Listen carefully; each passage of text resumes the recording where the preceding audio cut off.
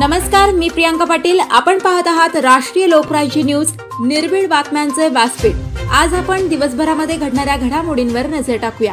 शेवगाव तालुक्यातील उद्योग क्षेत्रातील एक भव्य नाव महेश फॅब्रिकेशन गौरी गणपती उत्सवानिमित्त व नवरात्र उत्सवानिमित्त घेऊन येत आहेत खास आपल्यासाठी खूप छान साहित्य, ते सुद्धा अल्प दरामध्ये। स्टँड, पायऱ्या, मखर आपल्या ऑर्डर प्रमाणे तयार करून मिळेल। तसेच वेगवेगळ्या रंगांमध्ये आकर्षक पडदे शिवून मिळतील।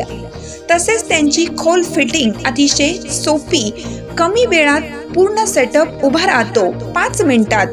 एकदा अवश्य भेट द्या। त्वरा करा महेश फॅब्रिकेशनला। आमचा पत्ता महेश फॅब्रिकेशन, लक्ष्मी लॉटरी शेजारी, भेंडा गट ऑफिस समोर, नेवासा रोड, शेवगाव। तसेच अहमदनगर मध्ये पण उपलब्ध। सुविधा मार्केट, सह्याद्री चौक, MIDC, अहमदनगर। संपर्कासाठी मोबाईल नंबर रांजणे बंधू 75 88 60 14 85 व 98 34 16 40 27। आरक्षणाची तात्काळ अंमलबजावणी करावी, अन्यथा धनगर समाज विधानसभा निवडणुकीवर बहिष्कार टाकणार। सकल धनगर समाजाच्या वतीने सकाराम सरक यांचा सरकारला इशारा। धनगर समाजाला अनुसूचित जमातीच्या आरक्षणाची अंमलबजावणी व्हावी अशी गेली 68 वर्षापासूनची मागणी आहे। आजपर्यंत मात्र केंद्र आणि राज्यातील सर्व सरकारांनी समाजाची फसवणूक केली। धनगर आरक्षणाची लढाई आता अंतिम टप्प्यात आहे। राज्य सरकारने विधानसभा निवडणूक आचारसंहितेच्या आधी आरक्षणाची अंमलबजावणी केली नाही तर सकल धनगर समाज विधानसभा निवडणुकीवर बहिष्कार टाकणार असल्याचा इशारा सकल धनगर समाजाच्या वतीने सकाराम सरक यांनी शुक्रवारी नगर येथे पत्रकार परिषदेत बोलताना दिला। यावेळी बिरानाना वाघे, राधू अण्णा कोळपे उपस्थित होते। सरक म्हणाले, महाराष्ट्रात लोकसंख्येच्या दृष्टीने धनगर समाजाची 2 नंबर संख्या आहे। घटनेमध्ये समाजाला अनुसूचित जमातीचे आरक्षण देण्यात आलेले आहे। केवळ धनगर आणि धनगड या शब्द फरकामुळे हा समाज गेली 68 ते 70 वर्ष हक्काच्या आरक्षणापासून वंचित आहे। सत्तेत आल्यानंतर पहिल्या कॅबिनेटमध्ये धनगर आरक्षण अंमलबजावणी आदेश काढू असे 2014 मध्ये भाजपच्या नेत्यांनी सांगितलं होतं। आज 2024 आली तरी आरक्षणाची अंमलबजावणी झाली नाही।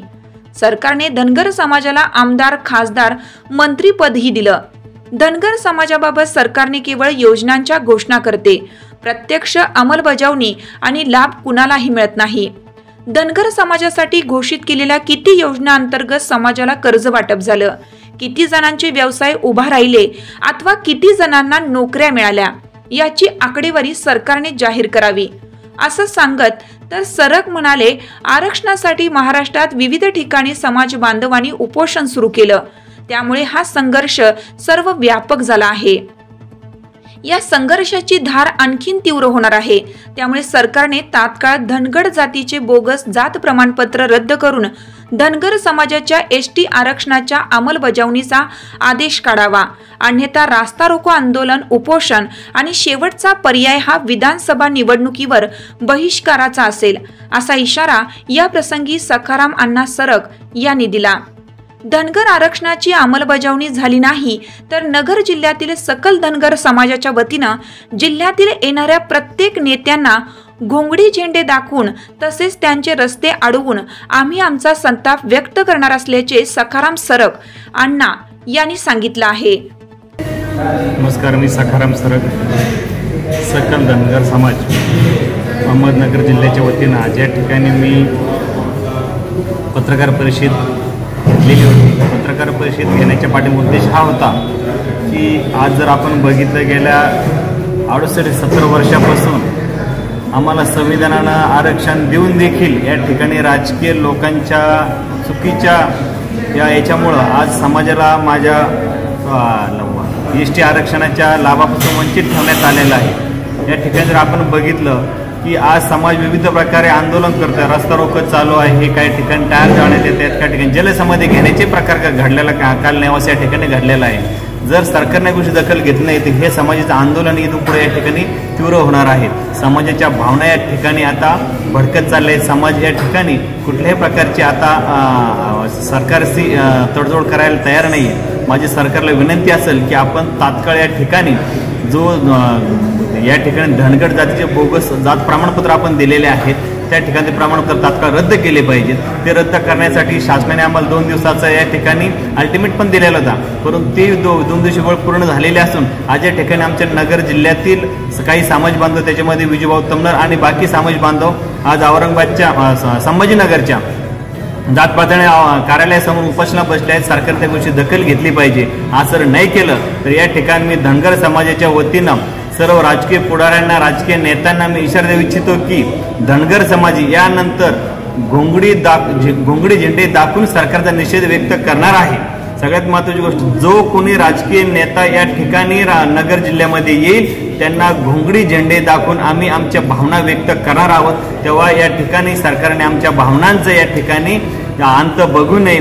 सरकारने तसा विचार केला तर धनगर समाजाला मंत्रिपद दिले, आमदार खासदार मंत्रिपद दिले, महामंडळासाठी निधी उपलब्ध करून दिला, परंतु त्याने समाजाला फारसा काही फरक पडणार नाही. समाजाची प्रमुख मागणी आहे की आम्हाला एसटीचं आरक्षण भेटलं पाहिजे, आरक्षणाची अंमलबजावणी झाली पाहिजे. आरक्षण दिलेलेच आहे, त्याची अंमलबजावणी होणे गरजेचं आहे आणि सरकार त्याची अंमलबजावणी करत नाही.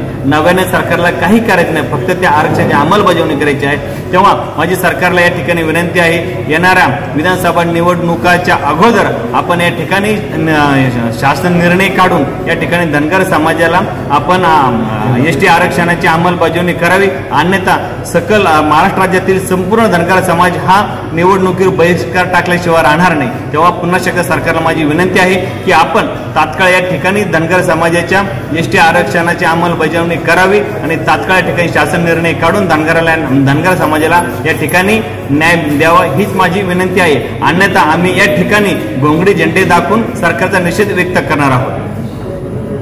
राष्ट्रीय लोकराज्य न्यूज नेटवर्क अहमदनगर.